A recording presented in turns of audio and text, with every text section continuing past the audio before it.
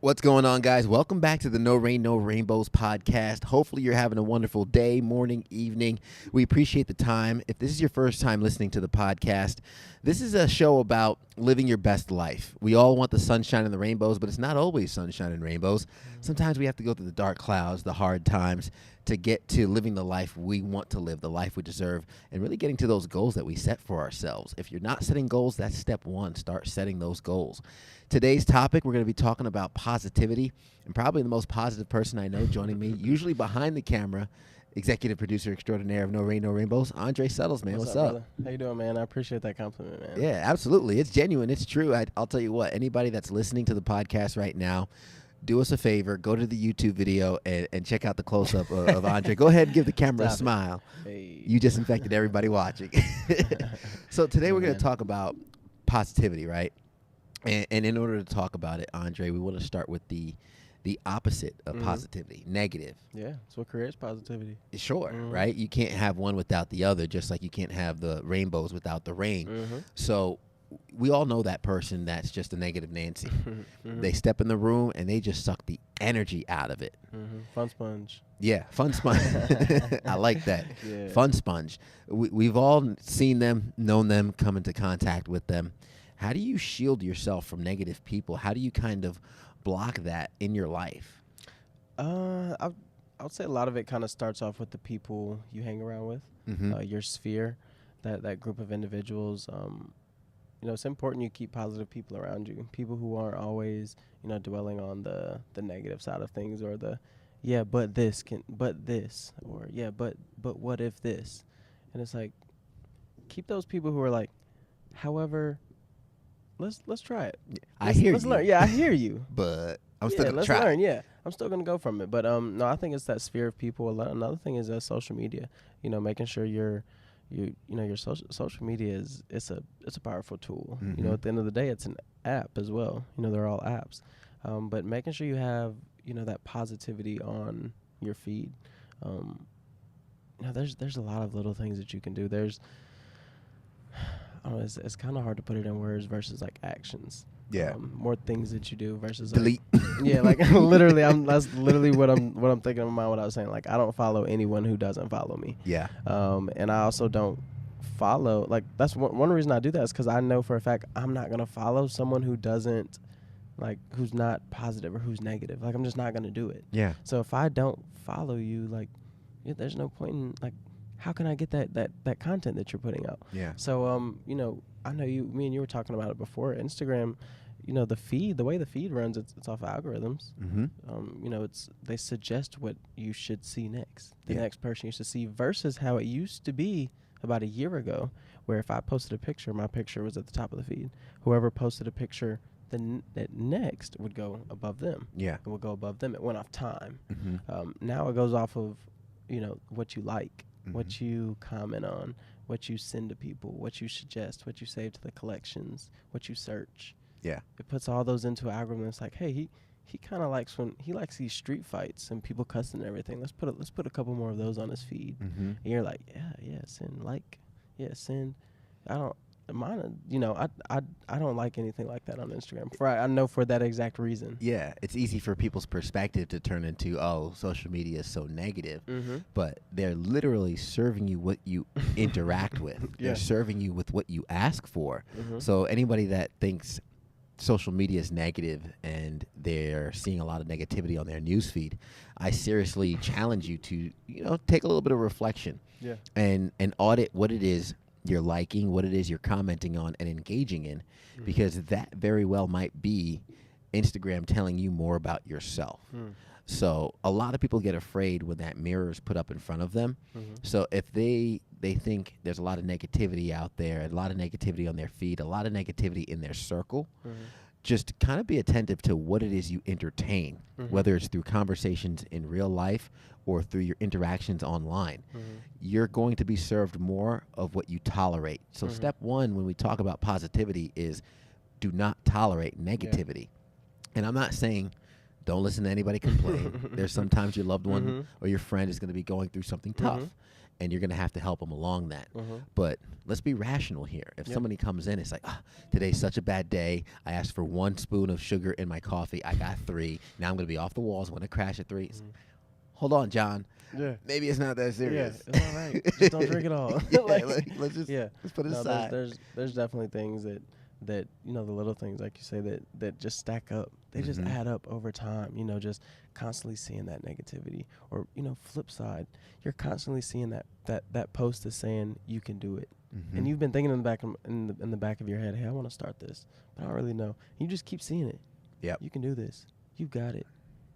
The average person, you know, works a 9 to 5 and doesn't want to open a business, and you're like, oh, I'm not average. Sure. It's like you need to see that, huh? Yeah. You have to see people telling you that. You need that you know, the confirmation. On average, it takes 7 follow-ups for someone to buy your business, for you to close on them. Yeah, to close, commit, whatever. So my thing is, if you're constantly seeing the positivity, it's more than 7 times coming. Yeah. It's feeding into you. So and what I really want to bring focus to is, you said you earlier. You said what you decide to choose, or what you put emphasis on, and I think we all get caught up in the fact that we have a choice every day. We literally have a choice every day, and I make sure I'm very purposeful when I'm on Instagram. Yeah, like if I'm on Instagram, I know for a fact that if I open the app, I'm going to try to DM one person in an attempt to sit down for coffee, figure out how your business relates to my business, how we can, you know, if there's any similarities, if I can help you in any way, if there's someone I can refer you to. Yeah. If you need a website done, I've got a guy that I do a podcast with that does great websites, actually. He has an e-commerce website that's very profitable. I don't know how to do it that well yet, but I know someone who does. Yeah. Let me help you get there, right? So and I do try to do that to where it's just the little things, man. Like positivity is it's hard. It's hard. Like it's so easy to be negative because we're all going through something. Yeah. And it's easy to talk about what we're going through. I like where we're going. I like what you said with the choice, right? How you choose positivity, because that's point number 2. Yeah. Number 1, avoid negativity. Number 2, choose positivity. Not to surround yourself with positivity, but choose to be positive. Choose to do what's hard and say, oh, you know what? Yeah, I got 2 extra scoops of sugar in my coffee, but you know, maybe I didn't need that coffee today anyway. Yeah. Maybe I should work on putting my own energy forward, and maybe I should work on drinking a fizzy. Yeah. But drinking no, a fizzy. Or maybe drink more water to be hydrated so your body functions better, and your cognitive abilities are more in tune because you're hydrated, and the synapses in your brain connect. So it's really seeing things with the glass half full. Yeah, you mentioned. So you just said that. I was just going to bring up a point that my mentor told me. He's just thankful to have a cup. Yeah.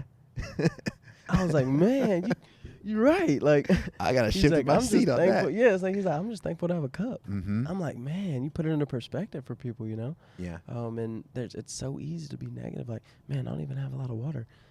Man, go look down the road. He doesn't even have a cup. Yeah. You know, you always say it about the shoes, right? Yeah. People complain about the shoes until you see someone with no feet. Yeah. It's like, wow. Like, there was a poet, I forgot who he was, and in the poem, he literally talks about everyone arguing about if the cup's half full or half empty. Meanwhile, 2.3 billion people are you know, thirsty. And he says, doesn't matter if it's half full or half empty, just drink it and be thankful you have water. Yeah. So it's definitely the way you see things, the grand scheme of things. Don't sweat the small stuff, and the fact of the matter is, it's all small stuff. Yeah, it is. So for those people who kind of, when it comes to choosing happiness, when it's converting over, what are some things that they can do? What are some kind of some slow, I guess some transitions they can make? For choosing happiness, I would say audit your social media. Who are you following? Who are you interacting with? Right. So when I scroll through my social media, I see motivation kings, and I'll see quotes, and I'll see pictures of ambitious things. I see that because I like it, and when I like it, I'll scroll again, and Instagram's gonna be like, oh, here's another one. Yeah, here's another. They'll throw that at me, and when I see enough, I'll follow it. I'll follow specific hashtags. That's just in a social media basis. When we talk about on the day-to-day, when you're talking about in-person interaction with other people, seeing the good in people first and foremost. Everybody's out here doing life for the first time, trying to figure it out. And for the most part, 9 times out of 10, most people have good intentions. No one's trying to hurt you. No one's coming after you. They're just trying to live their best life like you are. Yeah. Sure, sometimes their path crosses yours. They get in your way, you get in theirs. And that's when competition comes into play.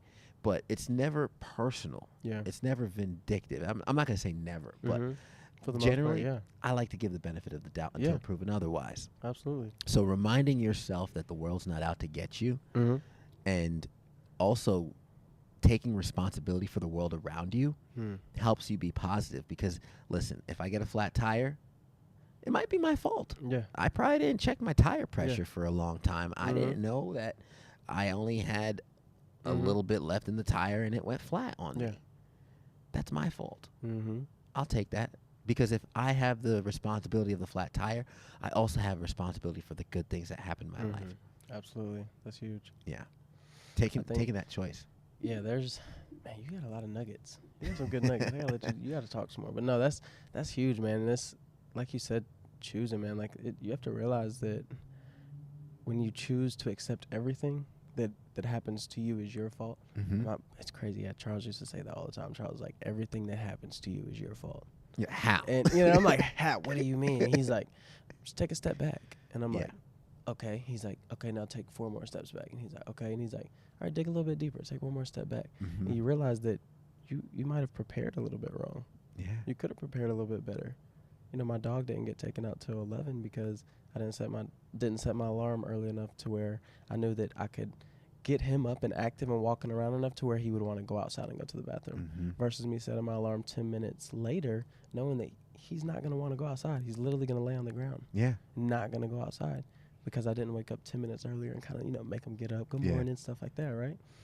So you start to look at the things you could have done a little bit better. When we do start to accept the things that everything has happened to us, you start to realize that everything's a big law of averages. It's all that big picture that you sort of look at. Yeah. You have to have those bad days to understand the great ones. Yeah. You have to. Yeah. And it's about responsibility. It is. Because I always say, okay, it's your fault, it's your fault. And there's always someone say, well, how is it my fault? Right? And they use the example, if somebody were to drop a baby on my doorstep, that's not my fault. Yeah. Sure. But what happens next is your responsibility. Correct. What happens to that baby? It's all on you. No one asked the baby to be left there, but now that it is, what are you going to do about it? It's your responsibility. Taking that responsibility also, when you talk about negativity versus positivity, is spreading it. Being the infectious bug of positivity in this world, because there's plenty of negative Nancys. I was laughing. I was telling Jess, I want to open up a store called Positive Polly's. And it's like, what do y'all sell? We sell positivity. Yeah, you walk in the door, we're going to give you a name tag. What's up, John? Yeah, we're going to give you a compliment. We've been waiting for you all day. We have some quotes on the wall if you want to take something home, some positivity scented candles and everything. We're just going to sing and dance. There's a photo booth in the corner if you want to put a wig on. Yeah. Like, whatever you want to. We're just going to sell smiles. Yeah. But be that positive infection, man. What do you do to spread positivity? My favorite thing to do is Free Hug Friday. Every Friday, that's right. Every Friday, man, I go out in this green blazer. It's got this pelican wearing a Christmas hat and pelicans all around it. And I just go out and give free hugs. Yeah. I charge on during the week, but on Friday they're free. It's crazy. No, I'm just kidding. But no, it's crazy what a hug does for someone. The type of smile you see from people, the type of the grasp when they hug you. You can tell when people really need that hug. When you can tell when someone's going through something where they hug a stranger. Yeah. Someone they've never met. It's funny because I've seen that happen where when you walk up to people, the best thing is you usually don't give them an option. You say, hey, you're going to come get this hug. Get this hug, come on, get this and love. People at first, they're like, oh, no. And then they're like, okay. And they'll hug you, and you see them just smile. They don't know who you are. They just gave you a hug. And like, you look at the look on their face, and half of them, they can't believe that they just hugged a stranger. Yeah, literally. And the other half, they're like happy that they did it. Literally, it's a feeling that you can't really describe, honestly. I mean, for anybody listening, like, you're welcome to come to Free Hug Friday. Like, it's not something that's private. Like, we're just giving out love, literally giving out hugs. And it's something that, you know, you can't describe until you literally experience it. When you do something, I say, and it's not even really doing something for someone that they can't, repay you or anything. But when you have that, when you get that feeling in you that when someone tells you, look, I didn't know I needed that hug, but I've been going through something, and they look at you and smile, and you can tell that they probably haven't smiled in a while. Yeah. Like, you can see that they're going through something in their eyes, you know? And it's like, wow, I just for a minute, I dulled that pain for them. Yeah. Just for a minute. It's funny how like, simple nice. the concept of Free Hug Friday is, right? Because pretty much everybody listening right now has the tools to do that. Absolutely. You have the tools. You have the ability to just go out and be like, hey, free hugs. Yeah, and if you can't give hugs, give smiles to start off. Give smiles. Literally. Give high fives. Give pounds. Yeah. Give likes on Instagram. Yeah. To the positive stuff. Yeah. Yeah. But you have the ability to give. There was a quote. I forgot which book it was in. Actually, Martin Luther King Jr., his quote. He said, being great is about service. And the beautiful thing about that is because everybody has the ability to serve. And because everybody has the ability to serve, everybody has the ability to be great. So whether you're giving out free hugs, whether you're giving out a compliment, hey, I like that shirt. They might have just bought that shirt and they didn't really know how they felt about it. Yeah. But you gave them that compliment. You just gave that person the confidence to feel good when they walk into their presentation for the biggest pitch of their life. The ripple effects, the impacts of what we do each day, we never see that. Yeah. So spreading positivity is probably the best advice I can give to anybody that's listening. And it's harder to do that when you're going through hard times, when you're going through your reign, right? It's hard to kind of muster that positivity out of nowhere. But Christmas is the most happiest time of the year, not because everybody's getting gifts, because everyone's giving gifts. Think of how good it feels when you give something to somebody. That's the secret. That's huge, man. Any last tips or advice you can give to our listeners? I would say when it comes to spreading positivity, start off by giving a smile, and then start off by giving a genuine, hey, hey, how are you doing? You'll be surprised how far a smile can go.